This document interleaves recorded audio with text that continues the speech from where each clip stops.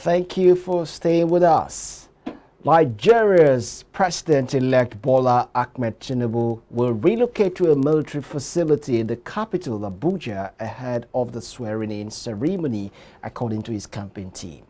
The President-elect will be moving into the Defense House in Maitama, FCT, where he will spend the next couple of months, and from where he will move into the presidential villa, it said in a tweet. It did not specify where Tinubu will move to the facility. The president-elect will receive briefings and hold key meetings at the location, a local newspaper reports.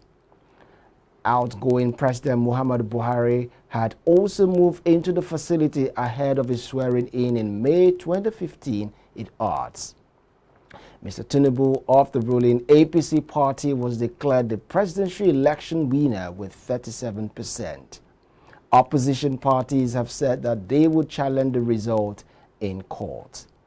They have 21 days from the day the result were announced to challenge the result at Nigeria's highest appeal court. 6 states of the Federation have dragged the federal government before the Supreme Court seeking cancellation of the last February 25, 2023 presidential and National Assembly elections. The 6 states who instituted the suit through their attorney generals are Adamawa, Akwa Ibom, Bayelsa, Delta, Edo, and Sokoto. The result was filed pursuant to Section 252 of the 1999 Constitution and inherent jurisdiction of the Apex Court. They are asking the Supreme Court to invoke relevant provisions of the law to annul the pool based on alleged irregularities and malpractices. The states wants the Apex Court to declare that the pronouncement of the candidate of the All Progressive Congress, Bola Tinubu, as winner of the February 25th presidential election and president-elect based on that election be voided by the court. The flag bearer of the Labour Party in Nigeria's just concluded presidential election, Peter Obi, says he won the poll and he will explore all legal options to reclaim his mandate. Obi, at a press conference on Thursday in Abuja, said the party will explore all legal and peaceful options to reclaim their mandate as they won the election and will prove it to Nigerians. In a room full of journalists in Nigeria's capital city and in his first media appearance after the declaration of the winner by the electoral umpire, Obi declared that he would challenge the process. Just at the commencement of the briefing, Obi observed a 1-minute silence for all injured and deceased victims of the February 25th poll. Also in attendance at the briefing is the party's national chairman, Julius Aburi, as well as the Director General of Obi's presidential campaign, Akin Osuntokun. He also said himself and his ruling mate, Dati Baba Ahmed, remain committed to a new Nigeria. He effusively thanked his youthful followers known as obedient, urging them not to be deterred by the outcome of the polls. Obi assured youths in the country that he is not going away but will stay and work for a new Nigeria. The presidential candidate of the People's Democratic Party, Atiku Abubakar, has said that last Saturday's presidential and National Assembly elections were largely flawed and should be challenged.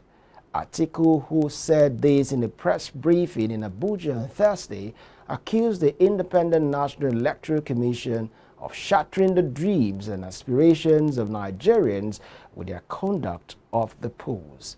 Atiku said, having consulted with leaders of the party and Nigerians from different walks of life, he has come to the conclusion that the processes and outcome of the presidential and national elections on Saturday were grossly flawed by every single material and as such must be challenged by everyone. He noted the 2023 presidential election presented Nigeria and Nigerians an opportunity for a reset, but claimed that INEC failed woefully. Atiku said that the electoral umpire's failure has been attested to by both local and international observers. The PDP flag bearer wondered why the electoral umpire was in a haste to declare the result of the election, calling the process a rape of democracy.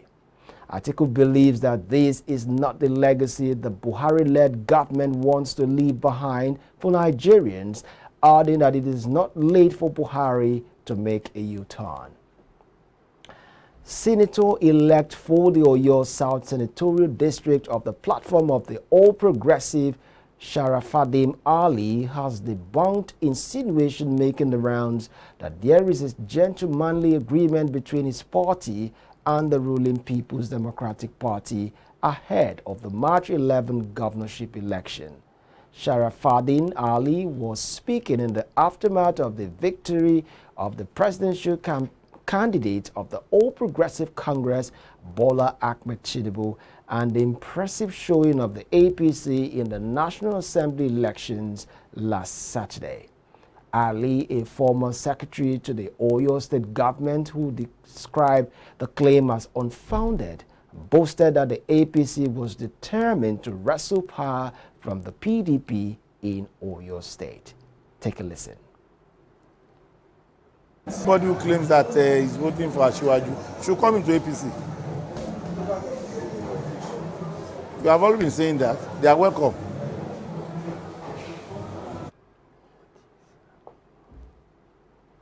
That, yes, they voted Asiwaju. How about the senatorial candidates? How about the House of Reps? Why did their party lose? Asiwaju is the party man. Everybody wanted him because we believe he's the best candidate. So that could be correct, but there is no arrangement, to my knowledge. Stand by, stand by, stand by. Stand by. In view of the anomalies that occurred on February 25th during the just concluded presidential elections, the Citizens Observers Hub has called for the cancellation of the announced result on the grounds that the elections were not free and fair. Speaking with IBrandTV at a World News Conference organized by the Citizens Observers Hub in Lagos on Thursday, the convener, Ambassador Chris Iyema, described what took place on February 25th as the worst election to have taken place in Nigeria.